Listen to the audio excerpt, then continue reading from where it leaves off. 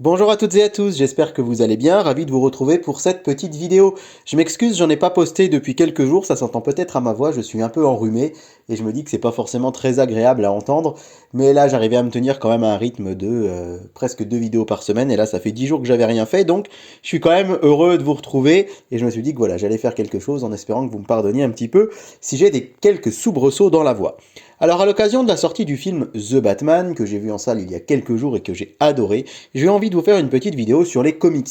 Les comics, c'est de la bande dessinée américaine, pour ceux qui auraient besoin que je le précise, et les comics, c'est une de mes passions, et d'ailleurs, peut-être que vous me suivez depuis l'époque où je faisais des vidéos sur Comic Eater. Je vous invite d'ailleurs à aller faire un tour sur la chaîne avec beaucoup de productions de qualité autour de la bande dessinée américaine. Et donc je me suis dit, tiens, pourquoi pas leur présenter de beaux livres, de beaux objets en rapport avec ce monde des comics. Alors, c'est pas vraiment un bel objet, mais c'est vrai que du coup, avec la sortie de The Batman de Matt Reeves, j'ai eu envie de ressortir mon coffret Blu-ray. Aujourd'hui, j'ai entre 700 et 800 Blu-ray à la maison.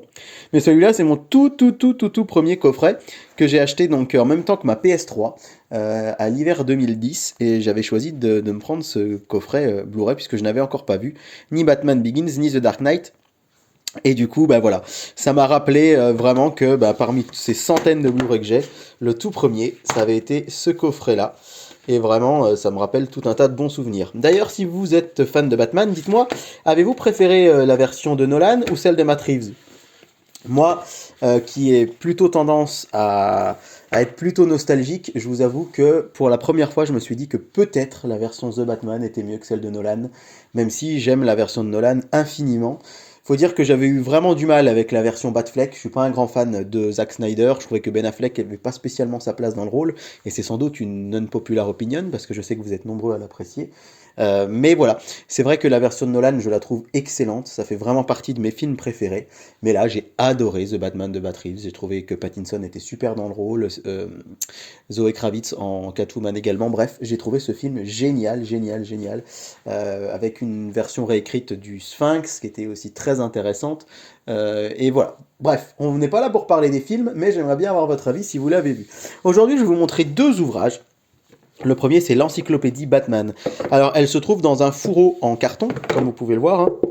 Je l'ai sorti tout simplement parce que j'ai déjà commencé de tourner cette vidéo juste avant, et à une main, je n'ai jamais réussi à sortir le livre du fourreau. Donc, j'ai recommencé sous cette version. Alors, cette encyclopédie n'est pas forcément très au goût du jour, hein, puisqu'elle est sortie en 2012.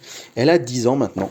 Mais c'est un livre que j'avais acheté à l'époque et que je trouve absolument magnifique, qui reprend vraiment toute l'histoire du super-héros qui est apparu, faut-il le rappeler, en mai 1939 hein, dans le Detective Comics numéro 27. Detective Comics d'ailleurs, c'est ce qui a donné son nom à DC Comics, vous le savez peut-être pas, mais le rival de Marvel s'appelle DC parce que DC veut dire Detective Comics. Le premier super-héros DC c'était Superman dans Action Comics, 2 ans plus tôt, en 1937.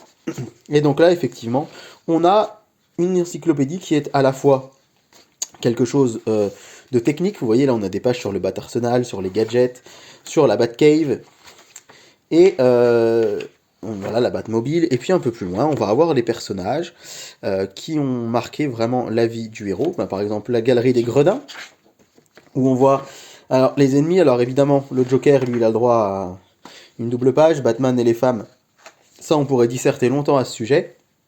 Et puis évidemment les ennemis les plus célèbres, le Sphinx, hein, on en parlait tout à l'heure, Double Face, évidemment Harvey Dent, Catwoman qui est à la fois une ennemie et une alliée, et c'est ce qui fait je pense tout le charme de ce personnage, et puis cette espèce de tension amoureuse qu'il existe entre deux, Mr. Freeze, Poison Ivy que j'aime beaucoup, le Pingouin qui est également dans la version Matt Reeves, Bane, là pour le coup c'était Tom Hardy dans The Dark Knight Rises, Ra's al Ghul c'était Liam Neeson, l'épouvantail, alors l'épouvantail la version chez de Nolan c'était Cillian Murphy, voilà, Silence, un des meilleurs comics pour moi, Batman Silence, Gueule d'argile qui est très très drôle dans la série Harley Quinn.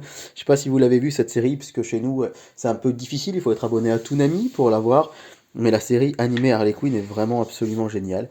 Et donc là, vous avez Solomon Grundy, vous avez le Chapelier Fou, enfin bref, vous avez tous les ennemis de Batman. Et vous avez une chronologie qui est hyper intéressante. Alors comme je vous le disais, Elle n'est pas forcément très à jour, hein, puisqu'en fait, cette encyclopédie, elle est sortie en 2012, à l'occasion de quoi? Eh bien, à l'occasion de deux sorties, la sortie de Dark Knight Rises au cinéma, et effectivement, quand un film sort au cinéma et traite d'un super-héros, en général, il est extrêmement accompagné de produits dérivés, et certes, c'est commercial, mais on va pas s'en plaindre, parce que ça nous permet d'avoir des beaux livres, et vous voyez qu'en fait, ensuite, on a vraiment les arcs qui sont répertoriés. Vous aviez l'âge d'or, maintenant on a l'âge d'argent, donc les années 50 et 60, etc. Et puis on continue d'avancer avec les alliés de Batman, comme Batgirl, bien sûr, Barbara Gordon, la fille du commissaire, dont le passage dans le fameux Killing Joke, c'est vraiment un des moments très importants dans sa vie. Et donc je disais 2012, la sortie de The Dark Knight Rises au cinéma, et surtout pardon, l'arrivée des New 52. Vous savez, cette espèce d'immense reboot qui est arrivé en 2011 aux États-Unis chez DC, en 2012 chez nous, et qui a permis à 52 séries de repartir à zéro après le fameux Flashpoint Paradox, un comics qui mettait en avant Flash, qui retourne dans le passé et qui va en fait altérer l'avenir. Et ça va être un véritable reboot chez DC Comics. Et c'est à l'occasion de la sortie de ces New 52 qu'est sortie cette encyclopédie. D'ailleurs, les New 52 qui a commencé avec l'extraordinaire run de Scott Snyder et Greg Capullo autour de la cour des hiboux, bien sûr. Voilà, il y a Batman Silence, je vous en parlais justement. Et donc un livre vraiment très complet. Alors contrairement à l'édition Retour vers le futur que je vous ai présenté l'autre fois, effectivement il n'y a pas d'ex-folio. C'est vraiment un livre vraiment pour un livre encyclopédique classique, mais vraiment très très beau, encore une fois, avec ce fourreau. Alors, à l'époque, je l'avais payé 29,90. Je sais pas, j'ai pas regardé, je suis désolé s'il était encore disponible à la vente.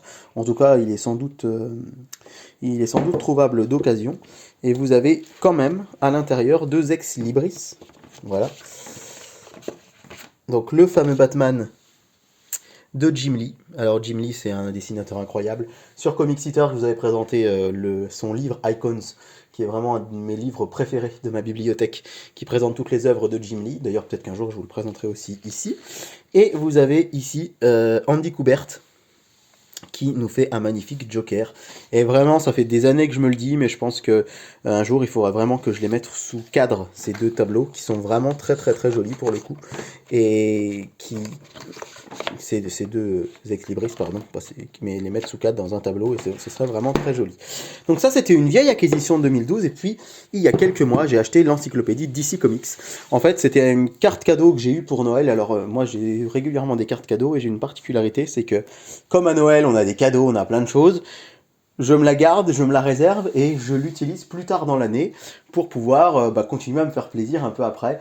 Et là, pour vous dire, c'était ma carte cadeau de décembre 2020 et je l'ai utilisée aux vacances de la Toussaint l'année dernière, donc je l'ai utilisée 10 mois après l'avoir eu, pour m'acheter l'encyclopédie DC Comics. De base, je voulais m'acheter le livre Retour vers le futur que je vous ai présenté la dernière fois, mais malheureusement, il était introuvable. Et du coup, dans ce magasin, eh bien, j'ai acheté l'encyclopédie DC Comics, édition 2017, réimprimée en 2020. C'est donc la dernière mouture de cette encyclopédie.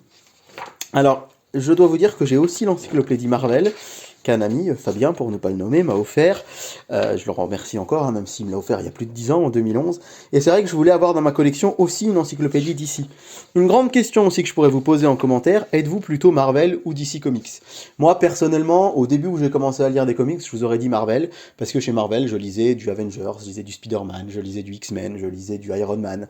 Alors que chez DC, j'avais du mal à aller beaucoup plus loin que Batman. Mais maintenant que j'ai un vrai recul là-dessus, j'hésite. Parce qu'il y a aussi le cinéma, et c'est vrai que DC fait des magnifiques films d'animation.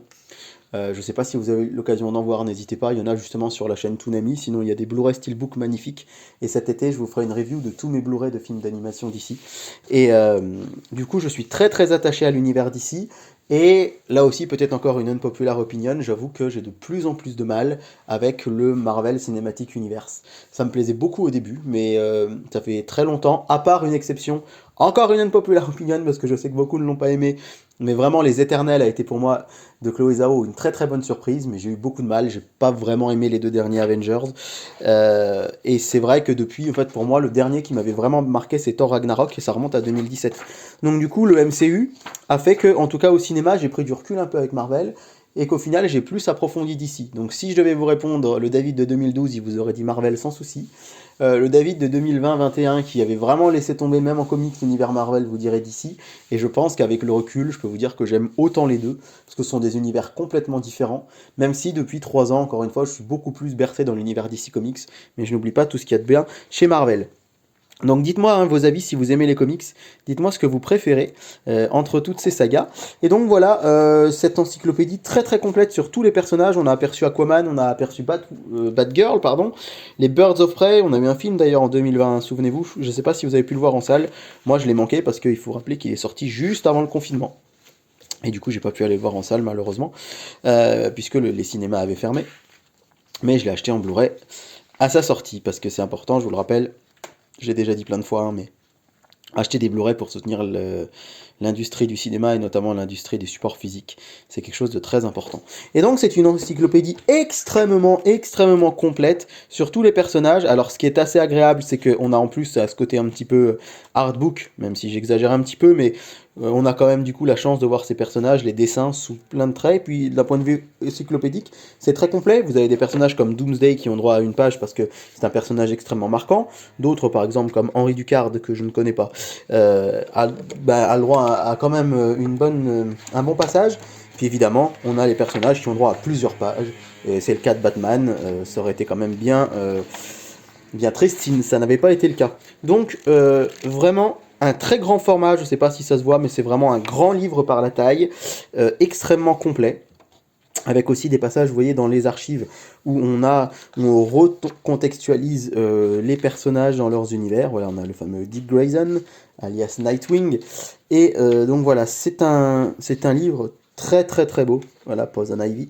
Je vous disais que j'aime beaucoup, parce qu'elle est aussi un petit peu ambivalente.